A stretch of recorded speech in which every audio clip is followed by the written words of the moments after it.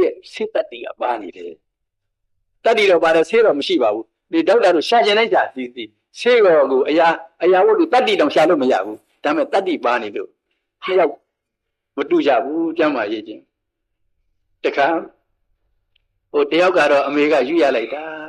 ယူရတာကယူရတာသိပြီးတော့တဘာဝကြသူပြုပြင်တတ်တဲ့အယူရမဟုတ်ဘူးဟိုတယောက်ကတော့ပစ္စည်းကလည်းမရှိလို့မို့ပစ္စလက်ခပဲထားလိုက်တာပဲ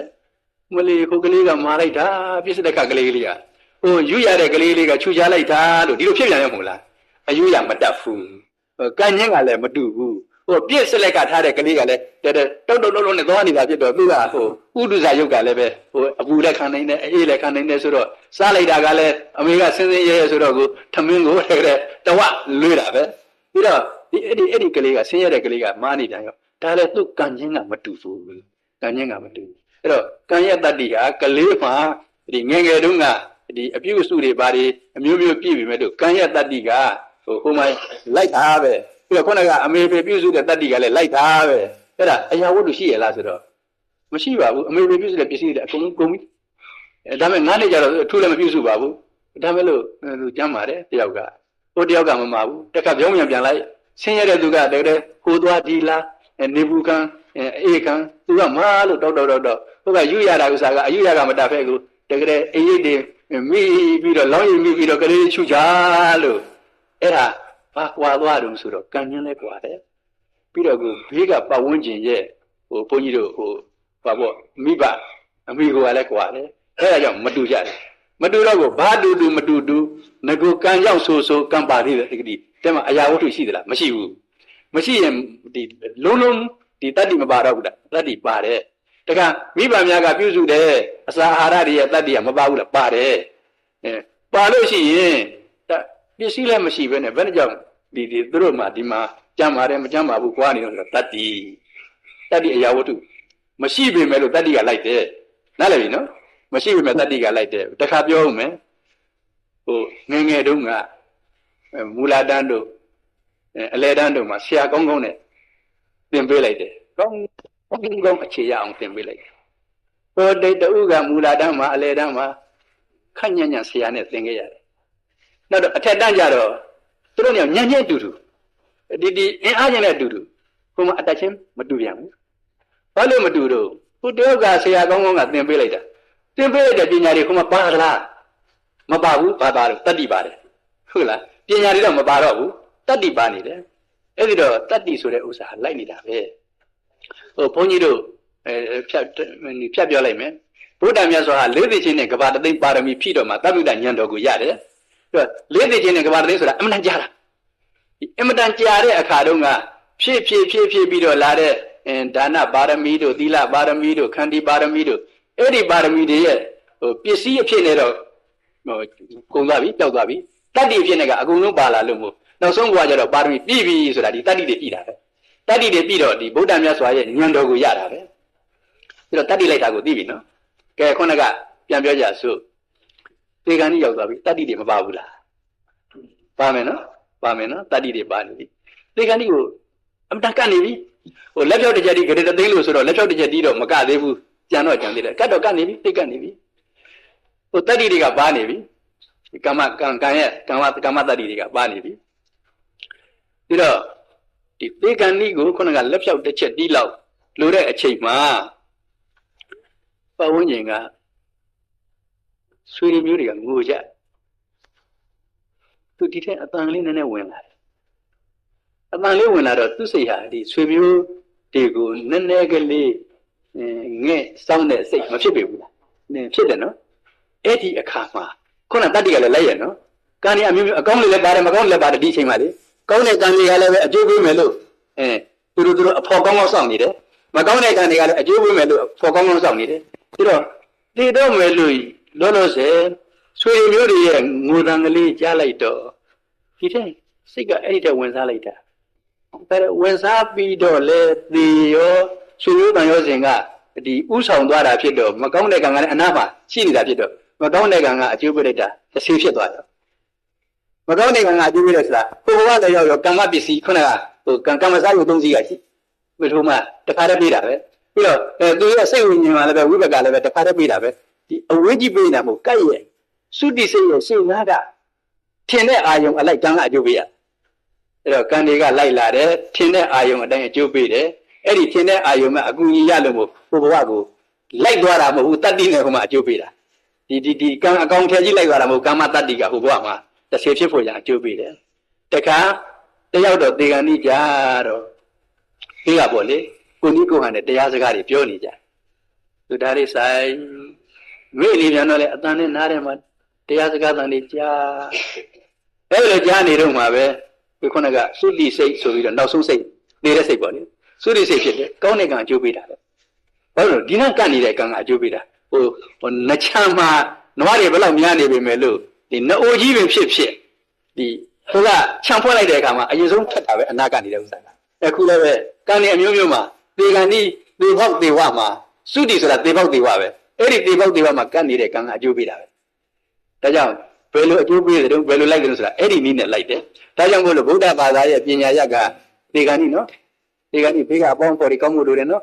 သေကံဤနော်ဘေးကစကားအပြောတွေလိုဖို့လည်းနော်မငုံရနဲ့နော်သူစီမသွားကြနဲ့နော်နဲ့ဒီလိုတိတ်ပြီးတော့တတိပေးနေတဲ့ဥစ္စာဟာအဲ့ဒီအမှားအယွင်းတွေဖြစ်ပြီးတော့မကောင်းကံတွေအခွင့်ရမှာဆိုလို့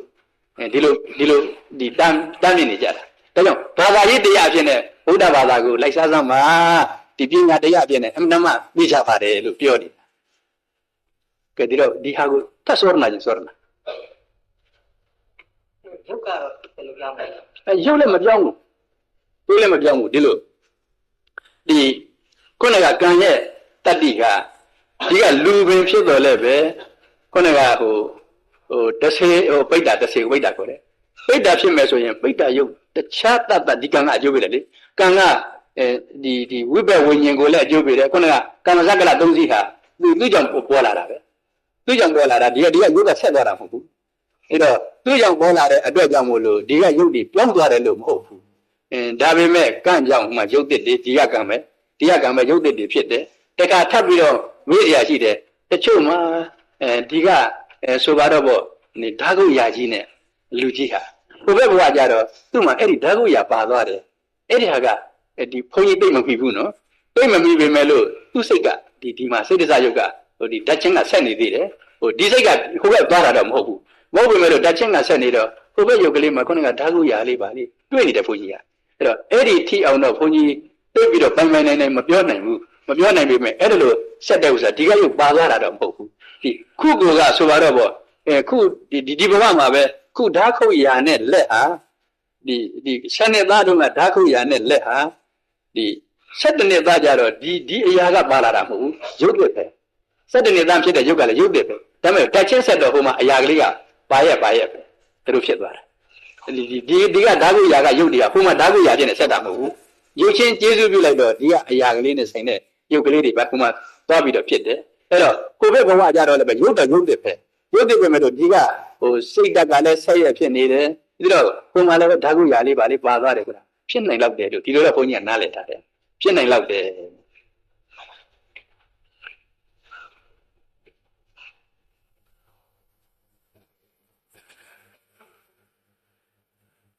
ငယ်ရွယ်သောကလေးချို့သည်ပင်ကြားခြင်းမရှိဘဲကျမ်းစာများကိုရိတော်နိုင်ကြအထက်တန်းကြတော့အတွက်ချက်များကိုပြုလုပ်နိုင်ခြင်းမျိုးမြန်မာပြည်၌၎င်းနိုင်ငံခြား၌၎င်းတွေ့ရပါတယ်အဘဲကြောင့်မတင်မဲ့တိုက်တန်းဟိုရှိကခုနကဟိုသူရဲ့အလေးအကျယ်ကမ္မတတ္တိကလိုက်လာတာဖြစ်တော့ကံရင်းကတိတ်ွာတာကမဟုတ်ပဲခုကိုပေါ့လေဆယ်နှစ်သားတုန်းကသင်ထားတဲ့ပညာဟာဆက်ဒီဆိုတော့အသက်20လောက်မှသူတချို့ရွတ်နိုင်ဖတ်နိုင်တယ်ဒါပြင်ဆယ်နှစ်သားတုန်းကရုပ်ရှိသလားလို့ဆိုတော့အသက်20မှာမရှိဘူးဆယ်နှစ်သားလုံးကစိတ်ရှိသလားဆိုတော့အသက်20မှာမရှိဘူးမရှိပေမဲ့သူရွတ်နိုင်တယ်ဖတ်နိုင်တယ်မှတ်နိုင်တယ်ပေါ့လေအဲ့လိုပဲသေကံဤမှာသူဒီအလေးအကျင့်ကလည်းများလာတဲ့စာတွေဆိုတော့ကသေပြီးတော့ဒီဘဝကြီးတစ်ခုလို့ချောင်းချနေတာမဟုတ်ဘူးဒီစိတ်တစ်ခုနဲ့တစ်ခုပြောင်းတယ်လို့ပဲသုတိစိတ်ပဋိပတိစိတ်ဆက်ရပဲဆက်ရဆိုတော့ကဟိုအမှန်ကတော့အများပဲတက်တင်တယ်ရပြီးသားတွေကိုရတင်တယ်တို့ပေမဲ့လို့ဒီသုတိတဲ့အချိန်မှာဒီပဋိပတိသိရဖို့ရအချိန်မှာ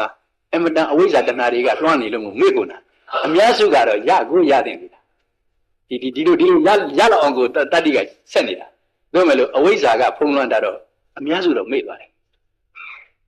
ဒီအနည်းငယ်လူကတော့ရတယ် ရတာဘာမှမဆမ်းဘူးခုနကအဝိဇ္ဇာရဲ့ဖုံးလွှမ်းမှုဒီကိစ္စမှာပေါ့လေနင်းလို့သူမှတ်မိနေတာပဲရွတ်နိုင်နေတာပဲတတ်တင်တာပဲဘယ်သူမှမပြောဘဲနဲ့လေသူစာတွေကိုငကိုတော့ကဟိုဆိုပါတော့ဘုန်းကြီးဖြစ်လာတယ်ဆိုလို့ရှိရင်သူဒီစာတွေကိုတတ်နေတာပဲဒီပြင်နိုင်ငံခြားမှာလည်းပဲသူငကိုတော့ကပေါ့လေစာကိုသိအလေးထားများလို့ရှိရင်တတ်နေတာဒါကအများစုကအဝိဇ္ဇာသိဖုံးတယ်ဒီတဘာဝကတော့ဘယ်တော့မှဝေးတာမဟုတ်ဘူးအများစုကိုပြန်တတ်ဖို့တော့ကောင်းတယ်ဘယ်မလဲအဝိဇ္ဇာကသိဖုံးသွားတော့မတတ်ဘူးသူတို့ကြတော့အဝိဇ္ဇာရဲ့အဖုံးနဲ့နဲ့တယ်ပြီးတော့ဟိုကံကြောင့်စာတိတ်တရညံဆိုတဲ့ညံကလည်းသူတို့မှရနေတယ်အဲ့တော့ကိုဘဝကိုအောင်းမိနိုင်တာရောဘာရောစုပေါင်းပြီးတော့စာတွေကိုမသိဘဲနဲ့တတ်တယ်ရွတ်နိုင်တယ်ဖတ်နိုင်တယ်ဘယ်လိုဖြစ်တယ်ရွတ်နိုင်ဖတ်နိုင်ဒီလောက်များညံကြီးမယ်တော့မထင်နဲ့တခါလေရွတ်နိုင်ဖတ်နိုင်တာပဲရှိတယ်ညံကတော့ဒီလောက်စဉ်းစားညံနေပါလိမရှိတတ်ဘူးကြည့်ပြီးတော့ကြည့်ရင်မေ့သွားမယ်ကြည့်ရင်မေ့သွားတယ်ဆိုတာဒီကြားထဲမှာဟိုအာယုန်ဒီအာယုန်တွေကဖုံးသွားပြီဖုံးသွားတော့ပြောစမ်းပါဆိုမပြောနိုင်ဘူးတခါလေလူဝင်စားတွေပေါ့လေဝင်းဝင်ရင်တစ်နှစ်လောက်ဘယ်လောက်စကားပြောရတဲ့အချိန်မှာသူဟာသူဟိုတုန်းကဘသူပဲဒီပစ္စည်းတွေကသူ့ပစ္စည်းတွေပဲသူပြောနိုင်တယ်နောက်တော့၄နှစ်၅နှစ်ကြာတော့မေးလို့မရဘူးတချို့ကလည်းရှက်လို့မပြောဘူးလို့ပြောတယ်မဟုတ်ဘူးမေ့ကိုမေ့သွားတယ်ကြာရင်မေ့တဲ့ထုံးစံကကြားထဲမှာစိတ်တွေကအများကြီးဖြစ်နေတာဖြစ်တော့ကိုဒီအာယုန်ကြီးမဟုတ်ဘူးဒီပြင်အာယုန်နေနဲ့မေ့ကိုမေ့လောက်တယ်ပြီးတော့ဖြစ်တဲ့အထဲမှာအကုသိုလ်စိတ်တွေများလို့ရှိရင်အဝိဇ္ဇာကအမျက်ပါနေတာပြီးတော့မေ့တာပြီစိတ်ယောဂတွေမှာစိတ်ချုပ်ရှားမှုကဘယ်လိုများပါအဲ့တော့စိတ်ငြိမ်သေးသုံးတဲ့လူမျိုးနည်းနည်းပါးပါးဒီစိတ်ကတရားထိုင်တာအဲ့ဒါအခုတော့ပြော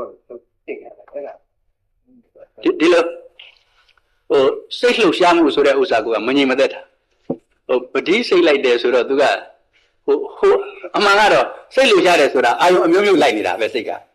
အာယုံအမျိုးမျိုးလိုက်တဲ့ဥစ္စာကိုစိတ်လှုပ်ရှားတယ်ပြောတာစိတ်ကမလှုပ်ရှားဘူးအာယုန်နဲ့အမျိုးမျိုးရောက်တဲ့ဥစ္စာကိုတင်စားပြီးတော့စိတ်လှုပ်ရှားတယ်လို့ပြောတာစိတ်ကတော့တစ်စိတ်ကမလှုပ်ရှားပါဘူးနားလည်ပြီနော်အာယုန်အမျိုးမျိုးပြောင်းပြီးတော့အာယုန်ကယူနေတာဖြစ်တော့ကိုစိတ်လှုပ်ရှားတယ်လို့ပြောတာအမှန်တော့အာယုန်တွေပြောင်းနေတာအဲ့ဒီလိုအာယုန်တွေပြောင်းနေတဲ့သူတယောက်ဟာပဋိစိတ်လိုက်ပါလားဆိုတော့ဘာပဲဖြစ်ဘာပရိပဲဖြစ်ဒီဘာတရားပဲနှလုံးသွင်းဆိုတော့ဒီသာဝရဘုရားကကိုယ်ဝယ်တဲ့သူကသာဝရဘုရားကိုဘုရားလို့ဆိုပြီးတော့စိတ်လိုက်တယ်တမာရီကဒီအာယုတခုရဖြစ်သွားပြီဗုဒ္ဓကိုယ်ွယ်တဲ့သူကလည်းဗုဒ္ဓကိုအရဟံလို့ဆိုတော့အာယုကဒီတခုရဖြစ်သွားပြီဒါစိတ်ငြိမ်တယ်လို့ဆိုတာပေါ့အဲ့လိုသာမဟုတ်ဘူးဒီအကယ်၍များသူစာဝါဒနာပါလို့ရှိရင်အဲ့ဒီစာကလေးဖတ်နေပါဆိုလေစိတ်ငြိမ်သွားမှာပဲ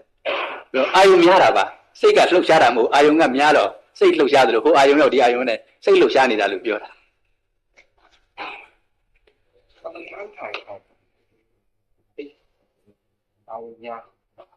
ဒီလိုကမ္မတန်တိုင်ခိုင်းတော့ကလူတိုင်းကအလေးအထားမရတော့လဲမဖြစ်ဘူးသူတို့ရဲ့အလေးအထားရနေတဲ့ဟိုငကိုတော့ကပေါ့လေအလေးအထားရတဲ့အာယုန်တစ်ခုကိုဆိုတော့ဗောသာဝရဘုရားကိုအာယုန်များနေတဲ့သူတယောက်ကိုဒီဂေါတမဗုဒ္ဓကိုအာယုန်ပြုပြီးတော့ပဋိစိတ်ပါဆိုလို့မရဘူးအဲ့ဒါပဋိစိတ်ပါစိတ်ဒီသာဝရဘုရားဟာဘယ်လောက်အကျိုးများတယ်သူကအဲ့ဒီကကိုယ်ဝင်လာဖြစ်တော့အဲ့ဒါလေးကိုစိတ်ထဲမှတ်နေစမ်းပါလားဆိုရင်ငြိမ်သွားတာပဲဒီမှတ်နိုင်တဲ့အချိန်မှာငြိမ်သွားတာပဲမမှတ်နိုင်ရင်မငြိမ်ဘူးအဲ့ဒီလိုမှမဟုတ်ဘဲနဲ့ဒီထွက်သက်ဝင်သက်ကိုဒီထွက်သက်ဝင်သက်တွေဆိုတာကမ္မထံကလေစိတ်ငြိမ်အောင်လုပ်လို့ဒါလေးမှတ်နေစမ်းပါလားဟိုဒီတမိနစ်မှာဘယ်နှခါလောက်များရှူတဲ့တုံးလို့ဘယ်နှခါလောက်များဒီရှိုက်တဲ့တုံးလို့ဆိုတာအဲ့ဒါလေးမှတ်နေစမ်းပါလားအဲ့ဒါလေးမှတ်နေလို့ရှိရင်ဒီဟိုစိတ်တရားမနှချမ်းသာသွားမယ်နဲ့ပြောရင်လေ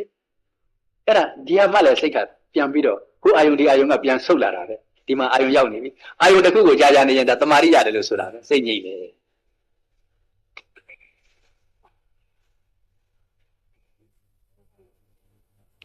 တရားတော်မှာစိတ်ကအချိန်မှာနှစ်ခုစဉ်းစားတိုင်းမဖြစ်ဘူးဆိုဟုတ်တယ်ဒါပေမဲ့တာမန်အဖြစ်တော့အဲဒီလိုတရားနားထောင်နေတဲ့အခါမှာအိမ်ကိုလည်းစိတ်ကူးလို့ရတယ်ဟုတ်တယ်အဲ့ဒါဘယ်လိုများရှင်းဒီလိုခုနကလေစိတ်တွေကမြန်နေမဟုတ်တာစိတ်တွေကအင်မတန်မြန်တော့ကဒီတရားကိုအာယုံပြုပြီးတော့နေတာကိုထားတော့ခုနကထွက်တဲ့ဝင်လဲဆိုတော့အင်မတန်ကြီးအောင်ကြိုးစားနေတာမဟုတ်လားအင်မတန်ကြီးအောင်ကြိုးစားရင်းကပဲခုနကအိမ်ကိုရောက်နိုင်တာစိတ်ကမြန်နှုံးလို့မြန်နှုံးအကြည့်လို့ဟောလက်လျော့တစ်ချက်ဒီမှာဂရေတသိမ့်မကဆိုတော့ဂရေတသိမ့်မကဆိုလို့ရှိရင်အာနာပါနကိုဆိုတော့ ဂတိတရားလောက်အာရုံပြုတယ်ဆိုအိမ်မလဲပဲဂတိတရားလောက်သွားနေတာပဲ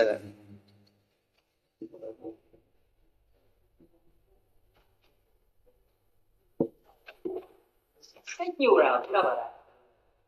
ခုနောက်နိုင်မှာမနာတော့မကြဘူး ဘုန်းကြီးမဖြစ်ဘူးလို့တော့မဆိုလို့ဘူးစိတ်ညှို့တဲ့အကြံကိုဘုန်းကြီးမလေ့လာဘူးလို့ဒါဖြစ်နေတာဘောလို့တော့ဘုန်းကြီးဝန်ခံတယ်ဘယ်လိုဖြစ်နိုင်လဲလို့ဘုန်းကြီးမပြောနိုင်ဘူးဘုရားဘာသာကျမ်းကလည်းကန့်ကွက်မှာမဟုတ်ပါဘူးဖြစ်နိုင်တဲ့အရာမှန်သမျှကိုဘုရားဘာသာကမကန့်ကွက်ပါဘူး ဟိုတချို့ဆရာပဲကျွန်တော်တို့စာအုပ်တို့ပြည်ထားတယ်ဒါရောနောက်နိုင်ငံမှာစိတ်ညို့ပြီးတော့ပြည်တည်ငယ်ရွယ်ဘဝကိုနေပြီးနောက်ဘဝအထိသုံးဘဝအထိပြီးတဲ့နောက်နိုင်ငံမှာတို့တွေ့နေပါအဲ့တော့အဲ့ဒီဥစ္စာတွေကသူတို့ရှိပါသူတို့ကတော့လက်တွေ့မှာဂျုံနေဟုတ်အဲ့ဒါကိုကြည့်ရင်အပြင်ဘဝကူးတယ်ဆိုတာဘဝဆက်သက်ရှိတယ်ကြတာ သူတို့ယုံနေပြီ ယုံလောက်အောင်ဖြစ်တယ်ရေးတဲ့ပုဂ္ဂိုလ်ကလည်းဒါမျိုးမယုံတဲ့သူကရေးတယ် ဟုတ် ရုပ်စာကိုဖုံးလိုက်ဆိုမှန်းတာလည်းမယုံတဲ့သူကဟုတ်အဲ့တော့သူတို့ကတော့လက်တွေ့အဲ့လိုညှို့ပြီးတော့ဒါမျိုးဘုရားဘာသာကတော့ဘဝကူးတယ်ဆိုတာပြောလို့ပဲရတယ်လက်တွေ့ပြမရခုနကဘုန်းကြီးတို့ဒီလွန်ခဲ့တဲ့ဘဝကိုအောက်မေ့တဲ့ဇာတိတရညာဆိုတာရှိတယ်ဘုန်းကြီးတို့ရဲ့တေမိမင်းဘဝသူကပြားလောင်တစ်ချိန်ကဒီရှင်ဘုရင်လုပ်ခဲ့တယ်ရှင်ဘုရင်လုပ်ခဲ့တဲ့ဘဝပြီးတဲ့နောက်ကိုမတရားတွေများလို့ငရဲကိုကြတယ်နောက်ငရဲကလည်းတော့နတ်ပြည်ကိုဖြစ်တယ်နတ်ပြည်ကပြန်တော့ဒီမှာတေမိမင်းသားဖြစ်တယ်သူအဲ့ဒီထီးပြူအောက်မှာနေရင်စောစောစီးတွေကတော့အမှတ်တမဲ့ပါထီးပြူအောက်မှာနေရင်ထီးပြူကြီးမြင်ရကစပြီးတော့ဈာတွေကဘဝတွေသူအကုန်လုံးတတိယသွားတယ်ဒီရှင်မြင်လုံးတဲ့ဘဝအထိတတိယသွားတယ်ရှင်မြင်လုံးတဲ့ဘဝတုန်းကဒီအမျိုးမျိုးသောမှုတွေကိုပြုတဲ့အခါမှာအကုသိုလ်တွေလည်းပါလာတယ်မို့ငရဲကြရတယ်ဆိုတဲ့ငရဲဒုက္ခတွေပါတတိယတယ်အဲ့ဒါကိုသတိတရဉာဏ်လို့ခေါ်ပါတယ်ဇာတိတရဉာဏ်လူတိုင်းရသလားဆိုတော့လူတိုင်းမရဘူးခုနကဒီစိတ်ညှို့ဆရာကြီးတွေရဲ့ညှို့တဲ့ကြောင့်တတိယဘဝအထိညှို့လို့သူတို့သိနိုင်တယ်လို့ဆိုတယ်ဒါဖြစ်နိုင်တယ်ဖြစ်နိုင်ပေမဲ့လို့ဒီဘယ်နှစ်ယောက်စမ်းသပ်ရင်ဘယ်တစ်ယောက်ဖြစ်တယ်ဆိုတာလိုက်ဖို့ကောင်းတယ်တချို့ဖြစ်ကိုမဖြစ်နိုင်ဘူးလို့ဘုန်းကြီးကယူဆတယ်ဒီလိုကတော့လူတိုင်းကိုသိလို့မရဘူးဟုတ်ပြီရပြီတဲ့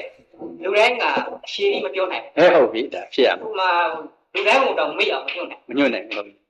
ညှို့ခါရတဲ့ပုဂ္ဂိုလ်ကပြီးပြီးတော့ဘုန်းကအဲ့ဒီစာအုပ်ထဲမှာပါတာလေတက္ကမတရားဟုတ်သူ့မှာပဲမေးလို့ရတယ်သူကတော့ငငယ်ကြီးမေးပြီးတော့နောက်ကျတော့နောင်ဘဝရတာပြီးခဲ့တဲ့နောက်ကဒါဒီဘုန်းကြီးတို့ဇာတိတရဉာဏ်ကိုသူတို့ကဇာတိတရပညာနဲ့ဥပ္ပေတာရပါတယ်ဒါကိုဗုဒ္ဓဘာသာကလည်းဒီဆန့်ကျင်မဲ့မဖြစ်ပါဘူးခုနကမြင်မလားဟိုတင်မြင်လား၃ဘဝတောင်မကဘူး၄ဘဝလောက်ဒီစာထဲမှာပါတာက၄ဘဝကိုကကြင်မှလည်းကမယ်သူမြင်လာတာငရဲမှာခံရတာဒီအကုန်လုံးသူမြင်တယ်အကုန်လုံးမြင်လို့ထင်းနှန်းကြီးဒီထီးပြူကြီးရောက်လာတော့သူအမှားပေါ့ဒီကလေးလူကြီးပြောလို့ရှိရင်ကျက်သိန်းကြီးများထားပြီးတော့တိတ်ကြောက်ပြီးတော့ဒီထီးပြူကြီးကိုသူဆောင်းရတဲ့ထင်းနှန်းကိုမလိုချင်ဘူးဖြစ်ပြီးတော့တခါတဲ့ထင်းနှန်းမရအောင်ဒီအားလေးလို့ဒီလက်ချင်မလုံနိုင်တဲ့အစွန်မလို့လို့နားမကြဘာလို့လဲမကြတဲ့နှထိုင်းလေးလုပ်ပြီးတော့တိတ်ထန်လိုက်တာပဲအဲ့ဒါကိုငရဲခံရတာတွေပါအကုန်လုံးသူမြင်ဘာလို့ငရဲခံရလဲဆိုတော့ရှင်မြင်လုပ်တယ်လို့လာပြန်ပြီခုထီးပြူငရဲခံရတော့မှာပဲဆိုပြီးတော့တခါတည်းတိတ်နှံ့သွားတာပဲအဲ့တော့မြင်နိုင်ပါတယ်ဘုန်းကြီးတို့ဗုဒ္ဓဘာသာကခုနကစိတ်ညှို့ဆရာတွေကပညာနဲ့မှတ်တာကိုစာကိုမကန့်ကွက်နိုင်ပါဘူး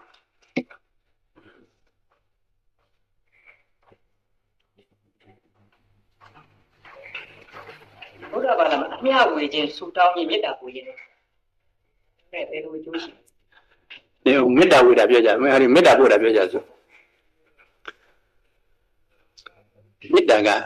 ဘုန်းကြီးလည်းအမတန်အားကိုးတယ်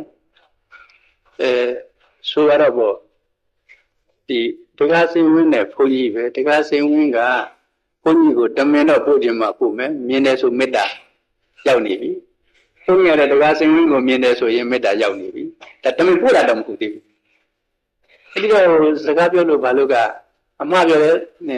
လက်ခံတယ်ဟိုသိခံတယ်အမှားပြောလဲလက်ခံတယ်ဒီမေတ္တာဟာတော့တတ်တည်ရှိတယ်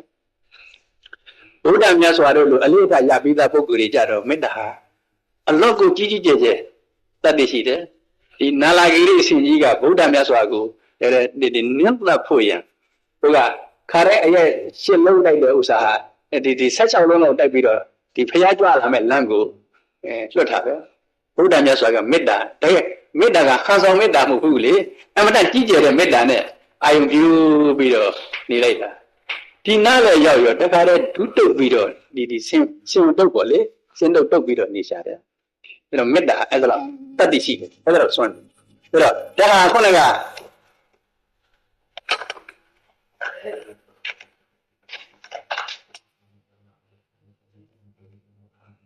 စေရနာရတတ္တိရှိတယ်လို့ပေါ့မေတ္တာလည်းမေတ္တာနည်းနဲ့တတ္တိသိရှိတာပဲဘုန်းကြီးကမေတ္တာကမေတ္တာစစ်မှကောင်းတယ်ဘုန်းကြီးကတရားကိုတော့ယုံကြည်တယ်လေစာရဏဘဝတုန်းကဘုန်းကြီးကဆုံးပြမရဘူးမေတ္တာကိုတော့သိယုံကြည်တယ်ပြီးတော့ဘုန်းကြီးကညကြတော့ဆုံးနလန်းကအိမ်တွေကိုမှန်းပြီးတော့မေတ္တာပို့တယ်ဘာလို့ပို့တော့လို့မေးရင်တော့ဆုံးလေးပါလေးရအောင်လို့ပို့တာပဲနော်မေတ္တာပို့တယ်နတ်ဘံကကြတော့အဲ့လိုပဲဆုံးလောင်းတဲ့တခါတရံလောင်းတတ်တဲ့သူကဆုံးလောင်းတယ်ငါမေတ္တာတော်တော်ကိုစူးတာပဲနောက်တရက်ကြတော့အဲ့ဒီကဘုရားပို့တော့ပို့တယ်ဆွဲလို့ပို့တာနောက်တရက်ကြတော့အဲ့ဒီအိမ်ကမလောင်းဘူးဘုန်းကြီးငါမေတ္တာဘယ်နဲ့ဖြစ်သွားပါလဲဘယ်နဲ့မှမဖြစ်နဲ့လေငါကလည်းသူတို့ချမ်းသာစေဖို့တယ်ငါချမ်းသာစေဖို့ကအရင်ကြီးတဲ့မေတ္တာဘယ်တော့ဥမှာတော့လို့အဲ့အနေနဲ့ဖြေခဲ့တယ်လို့မေတ္တာဟာတကယ်သူရနာနဲ့ပို့တယ်မေတ္တာဖြစ်ရမယ်ဒါကြောင့်ဒီမေတ္တာပို့တယ်ဆိုတဲ့ဥစ္စာဟာဘယ်လိုအကျိုးရှိတယ်ဆိုတာတော့သိအကျိုးရှိတယ်တခါတော့ကဒီနွားမကြီးနွားကလေးကိုသူ့သားကလေးကိုနှုတ်တိုက်တယ်နှုတ်တိုက်တော့တားလို့တော့မေတ္တာအမှန်ကြီးတယ်နေပြီဒီလိုကပြန်နဲ့တွန်းပြီးတော့ထိုးတာပြန်လက်ကိုဒီထိုင်ရများလို့ပဲဆွဲကြတာအဆူတမေတ္တာရဲ့အစွမ်းတယ်မေတ္တာရဲ့အစွမ်းခေါင်းလာလို့လည်းမယုံမသားဆိုရင်တော့ဘုန်းကြီးဖြစ်နေပြမှာပေါ့ဟုတ်လားဒီရိုးသားတဲ့မေတ္တာတွေတော်တော်ဆောင်းပါတော်တော်ဆောင်းပါဒါမေတ္တာကိုထားလိုက်တော့ဟုတ်ကလားဘာလဲဆူတောင်းတယ်အမြဝေတယ်အမြဝေပဲဆိုတဲ့ဥစ္စာကဒီလိုဘုန်းကြီးတို့စာထဲမှာပฏิဒါနကိုရတဲ့အလှဒါနကိုပြီးတဲ့အလှဒါနကိုဒီလိုလည်းပဲအကျိုးကုသိုလ်ရတယ်လို့ရတ္တပါစီတော့ဆိုတာကိုအမြဝေလို့ခေါ်တယ်အဲ့ဒီအမြဝေတာကဒီလိုအရာရာအကြောင်းညွှန်မှာအကျိုးရတယ်လူတယောက်သူ့ရဲ့ဆွေမျိုးကဟိုဘက်ဘဝရောက်သွားပြီအိမ်မကလေးပါလေးပြေးလို့ဘဝလွဲနေတယ်ဆိုတာလည်းသိပြီဒါကြောင့်သူ့မိတ်ဆွေဘုန်းကြီးကိုပြင်ပြီးတော့ဒီဆုံးတွေ့တယ်ဆုံးကြတော့အများလို့ဆိုတယ်ဟိုကသူတိချာတာတို့ခုံမယ်လို့နေတာဟိုကဘာမရဘူးထပ်ပြီးတော့အိမ်မက်ပေးပြန်တယ်ခုနကသူကိုယ်ဝယ်တယ်လို့ဆိုရင်ဆိုတော့လေမိတ်ဆွေဘုန်းကြီးပဲပြင်ပြီးတော့ဒီခုနကဆွမ်းကျွေးပြီးမျှဝေတယ်မရဘူးတတိယခုလည်းပဲအိမ်မက်ပေးဟာတူတယ်တတိယအဒီအမျှဝေတော့ငါအတွက်ဒီရမယ်ဟိုပစ္စည်းကိုဒုတိလာကြီးစားသွားပြီလို့အဲ့လိုအိမ်မက်ပေးတယ်သူဒီကိုယ်ဝယ်တဲ့ဘုန်းကြီးကသီလမရှိတော့သူဒီလှူဒန်းပြီးတော့အပြဝေလို့မို့ဥမာအပြမရဘူးလေဒါလည်းခေါ်လို့စောင့်နေတာမရဘူးပြီးတော့ဘုန်းကြီးကတော့ဘာကိုခုလေ့လာတော့ဘာကိုဟောတော့ဆိုရင်ပုဂ္ဂိုလ်ကိုလှူပြီးတော့အမြမဝင်နဲ့ဘယ်ပုဂ္ဂိုလ်မှစိတ်ချရဘူးပြီးတော့တန်ခါကိုလှူပါတန်ခါကဒီမှာဆွတ်တဲ့ဥမဲ့တန်ခါကဒီမှာလှုပ်ပါတန်ခါကိုလှူပြီးတော့အမြဝေလို့ရှိရင်ဘုရားသာဓုခေါ်နေလို့ရှိရင်အမြရပါတယ်ဒါလို့ခွန်ကြီးကပြောတယ်ဒါနဲ့ဆက်ပြီးတော့ဝတ္ထုတစ်ခုပြောမယ်မှတ်စရာတွေမို့လို့အားလုံးမှတ်ရအောင်ခွန်ကြီးတို့တောင်မြုပ်မှာပဲအနည်းပါမှာခွန်ကြီးတို့အရင်ကတရားကူးပြီးတော့ဟိုဘက်မှာကျောင်းတိုက်ရှိပါတယ်တောင်နမန်တိုက်လို့ခေါ်ပါတယ်အဲ့ဒီကျောင်းတကာကျောင်းအမကြီးတွေကတ အမှန်တော့တော်ကောင်းတယ်ကျောင်းလာကြီးကစောကြီးဆုံးတဲ့လက္ခဏာရှိတယ်ကျောင်းမကြီးကအမှန်တော့တော်ကောင်းတယ်သူလည်းလည်းသူကျောင်းလေးဆောက်တယ်လူကလည်းရေချမ်းဦးတွေလည်းရေကြီးဦးတွေလည်းတည်တယ်အများတောက်ဖို့သူတော်ကောင်းတန်းတဲ့သူ့ကိုကျောင်းမကြီးဆိုတဲ့နာမည်တဲ့ရေချမ်းမကြီးဆိုတာကနာမည်သွင်းနေတယ်နောက်ဒီတက္ကမကြီးဆုံးသွားတော့ပထမဒီအတုပမီးပါပြတဲ့နေရာမှာကုသိုလ်တွေပြုတယ်နောက်တစ်ခါဒီရက်လက်ဆုံးဆိုပြီးတော့ကျွေးတယ်ပြီးတော့ကခုနကသူ့ကိုယ်ပဲတဲ့ဆရာတော်ကြီးကကြွလာပြီးတော့ခုနကဒီတရားတွေပါတွေခေါ်တယ်ပြီးတော့အလူဒါနတွေကိုဗမာပြောရေသက်တာတွေဆိုတော့ပေါ့ရေသက်တာပြီးတော့အမြဝေကြတယ်အဲ့ဒါအမြဝေပြီးတော့ဆရာတော်ကြီးပြန်သွား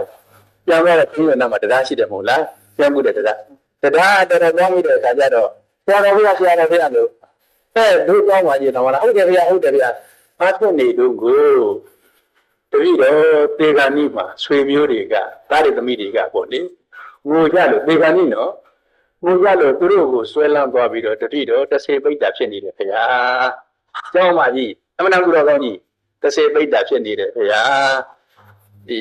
ညဉ့်ညိုက်မှာသူကြတန်းကြတုံးကတပည့်တော်ဘာမှမသိလိုက်ပါဘူးတဆေတပည့်တော်အဖေါ်တဆေတွေကရေရုံတော်ခေါ်တယ်လို့တပည့်တော်ဘာမှမသိလိုက်ရပါဘူးတဲ့တဆေတွေကအမှန်ညစ်တယ်ဒီလိုဘုန်းကြီးကိုဒီပေါင်းမှဒီလာလို့ရှိရင်ဟုတ်လားဆောင်းတဲ့ကြဘာလို့ကြဒီအဲ့လိုပြေးရငွေကြတယ်သူကလည်းစားရအောင်ဟုတ်လားဒီလိုဘုန်းကြီးကြီးတဆေကိုကျွတ်တာမှသိဆိုတယ်ပြတ်တာပဲဒီပြတ်တာမှသိဆိုတယ်တော့ရေရုံတော်ခေါ်တယ်ဒီလိုတစ်ခါတည်းသုံးရရေရုံတော်လက်ကိုခေါ်တယ်တူခေါ်တယ်ဒီအလူတန်းတွေဘာမှမသိချတာဘူးတော့ဒီနေ့တော့သူကသူတို့မကွန်မြူနတီတွေဘာဖြစ်ပေါ့လေဒီမှာဒီဆုံးပဲမယ်လို့ဆိုတော့ကဒီဟိုကလည်းအမေကြွပါဘာပိတ်ကျင်လည်းပိတ်မှာပေါ့လေအဲ့ဒါသူရောက်တယ်အနာရဒီနေ့တော့ဗျာဆရာတော်ဘုရားဟောတော်မူတဲ့တရားတွေလည်းကြားရပါတယ်နားရပါတယ်အဖေလည်းရပါတယ်ဗျာတပည့်တော့ခုပဲဥတ္တမယ်တရားတယ်တန်တော့ပါလေဒီတော့ဒီအမြောက်ဝေတာကအကျိုးရှိတဲ့သူမှာတော့သိရှိတယ်အကျိုးမရှိတဲ့သူတွေတော့မရှိပါဘူးဝိရေတန်းကြီးအမြောက်ဝေပြီးတော့တငူငူတရီကြီးနဲ့ဒီအမြောက်ဝေစိတ်ကလည်းမပါတယ်ပါပြီးတော့ဒါလည်းမဟုတ်သမီးလည်းမဟုတ်သူတွေကဝင်ပြီးတော့အမြောက်ဝေသူကလည်းစိတ်ချမ်းသာခြင်းမှချမ်းသာမယ်တော်တော်ဖိတ်တာဖြစ်နေရပေါ့လေသူကလည်းဖိတ်တာမဖြစ်လို့လူကောင်ကလိုက်နေလို့လူတွေကလူတွေကမှမစားနေတယ်ပဲပြပြတယ်လို့ပါပဲမရပါဘူးဒါကြောင့်ခွန်ကြီးကအမြောက်ဝေတယ်ဆိုတဲ့ဥစ္စာလည်းပဲအခြေအနေကြည့်ပြီးတော့ပေါ့လေအမြောက်ဝေကြပါပြီးတော့တန်ခါကိုတူပြီးတော့မှအမြောက်ဝေပါပုဂ္ဂိုလ်တစ်ပါးရဲ့ကိုယ်ကျောင်းနဲ့ကိုကြီးကဟန်ညမဟန်ပါပါအဲ့ဒါကြောင့်မို့လို့ပုဂ္ဂိုလ်ကိုမရွေးပါနဲ့တန်ခါကဒီမှာတူပြီးမှအမြောက်ဝေကြပါလို့ဘုန်းကြီးကပြောလေကြည့်တယ်ကဲအမြောက်ဝေအမြောက်ရမရရတဲ့သူရတယ်မရတဲ့သူမရဘူးဆုတောင်းတာဒီဗုဒ္ဓမြတ်စွာဘုရားဖြစ်ဖို့ရဆုတောင်းတယ်လို့သူတို့ဆိုတယ်အမှန်ကတော့တပည့်တော်ဘုရားဖြစ်ရပါလို့ရဲ့လို့မဆုတောင်းပါဘူးအောက်ကြလောက်ကြဒီလိုမလုပ်ပါဘူးဒါမဲ့လို့ဘုဒ္ဓရဲ့ကံငါဘုရားဖြစ်မယ်ဟုတ်တယ်အဲ့ဒီဒီတတ္တဝါတွေကိုကယ်ဆယ်နိုင်လောက်တဲ့အရေးချင်းကြည့်တဲ့ပုဂ္ဂိုလ်တစ်ပါးကတာမန်ပြတ်တောင်းဝင်ပြီးတော့ယဟန္တာဖြစ်သွားလို့ရှိရင်ဒီသူတွေမှာအကျိုးမဲ့ဖြစ်မှာပေါ့ငါလိုအရေးချင်းကြည့်တဲ့ပုဂ္ဂိုလ်တစ်ပါးကကိုလိုရုံးသွားရင်တရားမတရားဘူးလက်မကြဘူးအဲ့ဒါအများကိုကယ်ပြီးတော့ငါဘုရားရဲ့တန်ဘုရားဖြစ်မယ်ဒီလိုဒိဋ္ဌံတဲ့လက္ခဏာပါတခါတလေကိုဘုရားဘုရားဒီဘဝမိဖြစ်ရပါလို့ဤတို့ဒီလိုဆုတောင်းလို့တော့နေရာမှာမတွေ့ဘူးဖြစ်မယ်ဖြစ်ရမယ်ဒါလိုပဲတွေ့ပါတယ်ဒါကြောင့်ဆုတောင်းဟာဒီစိတ်ရဲ့အကြောင်းအရာကိုထုတ်ပေါ်ပြီးတော့ပြောတာပါစိတ်ရဲ့အကြောင်းအရာကိုထုတ်ပေါ်ပြီးတော့ပြောတယ်ဆိုတော့ကဒီမှားတော့မပါဘူးရကြမှာရမယ်တူသူအလေးလိုရမယ်ဆုတောင်းလည်းတော့မရပါဘူးဆုတောင်းရုံလည်းတော့ဘယ်သူမှမရနိုင်ဘူးဒီလိုပဲဆုလဲတောင်းဖို့အလုပ်လဲလုပ်ဖို့ဘုရားဖြစ်ရင်လို့ပြင်ဆုတောင်းရင်လည်းတောင်းလေဘုရားဖြစ်လိုက်တဲ့အလုပ်ကိုလည်းလုပ်ပါလေအဲ့ဒါကြောင့်ကဖြစ်ရင်လို့ရှိရင်ဆုတောင်းလဲတောင်းပါလေအဲ့ဒါကြောင့်ကဖြစ်လိုက်တဲ့အလုပ်ကိုလည်းလုပ်ပါလေဘုန်းကြီးကဗုဒ္ဓမြတ်စွာမှာအတူပါလာတဲ့ရသောတကဟာဒီဘုရားအလောင်းကဘုရားဖြစ်ဖို့လောက်တောင်းဆုလည်းမတောင်းသေးဘူးဗျာလည်းမပေးသေးဘူးမြင်ချင်းရသေးကကောင်းမြင်ရပြန်လာတာတော့တကူကြည့်ပါမယ်နော်သူလည်းဘာမှမဆိုင်ဘူးဒီဘဝမှာတတိယမကောင်းရဘူးအဲ့ဒါပဲမဲ့လို့သူမြင်ချင်းသူ့မှာဘုရားပူဇော်ဖို့ပါလာတဲ့ကြာသီးရှိစည်းတွေကဒီမရှိကို ရတိလက်ထက်တက်ပြီးတော့ဘုရားပူဇော်ပါဆိုတဲ့အနည်းမျိုးနဲ့သုံးစိတ်ကိုသူယူပြီးတော့ဘုရားလာတော့ဒီမင်္ဂလာဘုရားလာတော့ပူဇော်တယ်ကိုကြီးကရှင်းနှက်လိုက်တာဒီကြာဝေရတော်ကဒီဘုရားလာကိုအမှားပြီးတော့ငါဒီဒီပဲဒီကဒီသုံးစိတ်ယူပြီးတော့ဝေတယ်ပြီးတော့ဒီကဒီဘုရားလောင်းရဲ့သူကလေဒီအလိုကျဖြစ်ဖို့ရသူတော့ကစုတိုင်းမလားမတောင်းရတယ်မသိဘူးစိတ်ကကောင်းညွတ်နေတယ်ဘုရားမြတ်စွာဘုရားကြာပြီးကိုလူပြီးတော့ခေါ်ပြီးတဲ့အခါမှာဘုရားမြတ်စွာဘုရားပဲတရားတို့ပြေးတော်မူတဲ့ဒီကြာစီးတူတဲ့အမျိုးသမီးဟာပါရမီကိုအတူလက်ပြီးတော့ပေါ့လေစောင့်ရှောက်ပြီးတော့ပါရမီဆိုသူကသိရတာမဟုတ်ဘူးဖြည့်တဲ့ပါရမီကိုသူကမပြတ်အောင်စောင့်ရှောက်ပြီးတော့လိုက်လာတဲ့ဒီအမျိုးသမီးဖြစ်လို့မယ်လို့ဘုရားမြတ်စွာဘုရားကြီးပြေးတော်မူခဲ့တယ်သူကတော့ဘယ်လိုဆူတောင်းလို့မသိဘူးစိတ်ကတော့သိညွတ်သွားတယ်ဒါကြောင့်ဒီဆူတောင်းကြည့်တော့အာမလို့ပါနဲ့ဒီဆူတောင်းကြည့်အာမလို့ရှိရင်အများစုတွေကတရားတွေဖြစ်တာမှာပေါ့ဘာမှမဖြစ်ပါဘူးတရားမပြောနဲ့သူကနတ်ပြည်ရောက်တော့ဆူတောင်းကြည့်စမ်းဆူတောင်းလည်းမရပါဘူးဒါအမှန်ကတော့ဆူတောင်းဆိုတာစိတ်ညစ်တာပါစိတ်ညစ်တာပါစိတ်ညစ်တဲ့အခါကိုနှုတ်နဲ့ထုတ်ပြီးတော့ပြောတာပဲရှိတယ်ကောင်းပြီထပ်မေးခြင်းလို့ရှိရင်ဘုန်းကြီးရောက်တဲ့အခါမေးရမေးဘုန်းကြီးကလည်းဘယ်လိုပြရလဲဆိုတော့ဘယ်တော့သူပြောရသွားတယ်ဒါပြန်มาပြီးလာတယ်ဒီစားတဲ့တွေ့သူကျန်းစာမှာပါဒါခေါက်တောင်းလို့စီအဲ့တော့ဒီစားတာတောင်းရင်ကြ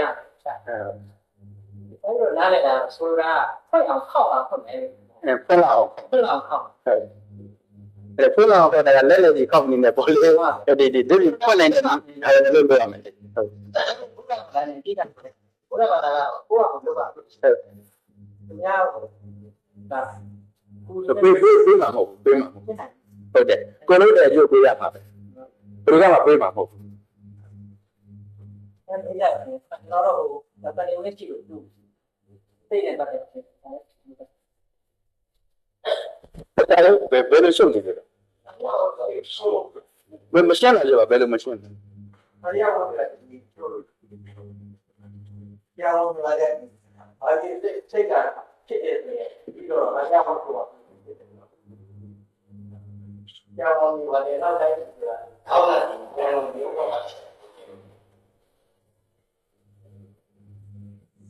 သူကဘုန်းကြီးကဘယ်လို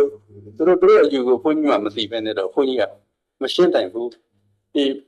ဘုန်းကြီးတို့ကလည်းဘုန်းကြီးတို့နီးနေပေါ့လေဒီပရိယဝတ္ထုကဒီမှာ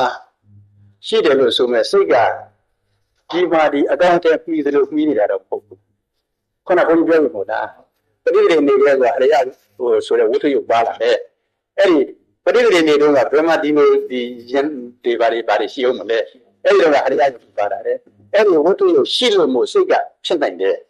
ဝတ္ထုရုပ်မရှိလို့ရှိရင်ဒီကာမရူပဘုံမှာစိတ်မဖြစ်နိုင်ဘူးဒါကြောင့်ဆရာရှိလို့တတိကြီးပွားတယ်ဆရာမရှိရင်တတိမကြီးပွားဘူးတခါ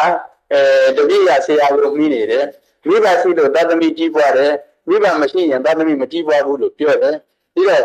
သတ္တမိကမိဘဒီဝင်ဝင်တဲ့အခါနေတာမဟုတ်ဘူးသူ့ကိုပြီးတယ်ဆိုတဲ့ကလည်းပြေတတ်နေတာမဟုတ်ဘူးဒီစကားကတော့အပြင်ဖြစ်အောင်ပြောနေတာအမှန်ကတော့မိဘကိုအကြောင်းပြုပြီးတော့သတ္တမိကြီးပွားတယ်အဲ့ဒါအရိယဝတ္ထုကိုပြီးတယ်ဆိုတာအရိယဝတ္ထုဘောမှာစိတ်ကတီးနေတာအရိယဝတ္ထုရှိလို့ဒီဘုန်းကြီးတို့နိတ္တယပစ္စည်းနဲ့ပြီးတာလို့ခေါ်နေတာဒီမပြီးလို့ရှိရင်မဖြစ်ဘူးလို့ဒီကာမရူပဘုံမှာဒါကြောင့်ပြီးတယ်လို့ပြောတာဒီဘုန်းကြီးကအုံနောက်ပဲဖြစ်အုံနောက်ပဲမှာစိတ်ကဒီလိုရောက်သွားတာတော့မဟုတ်ဘူးဒီအုံနောက်ရှိလို့စိတ်ဖြစ်နေတာပဲဒီလိုကဘုန်းကြီးကယူဆရမယ်လေအရိယဝတ္ထုရှိလို့စိတ်ဖြစ်နေတာပဲအရိယဝတ္ထုဘောမှာခဏကဆရာကိုတပည့်ကပြီးတဲ့အမိမျိုးသဘောထားတာဒီတပည့်ကဆရာကိုပြီးနေတယ်ဆိုတာဆရာကပြီးတော့ဘုန်းကြီးဘယ်တော့ကလည်းတပည့်လဲသွားလိမ့်မယ်ဘယ်လိုပြီးတာမဟုတ်ပါဘူး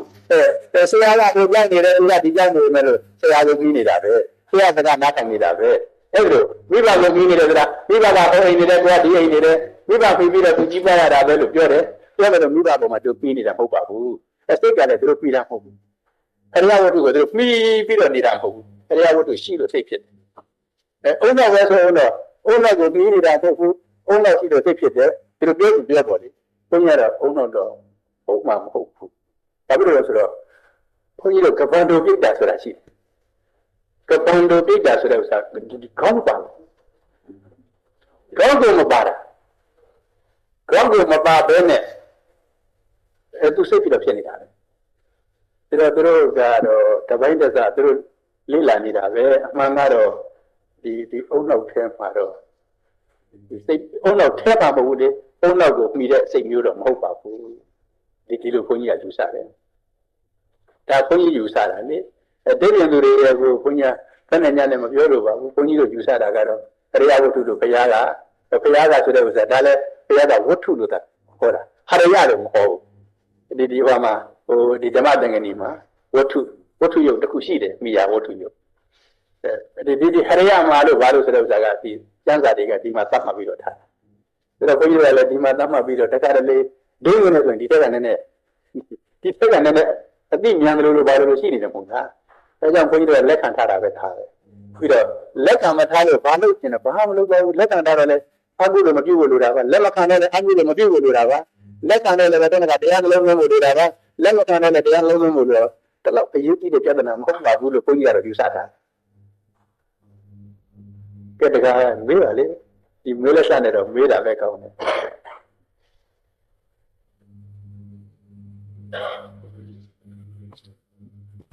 အားလုံးရထားကဝိနည်းတော်နဲ့အတော်ကြီးရရှိထားတော့ဥပမာ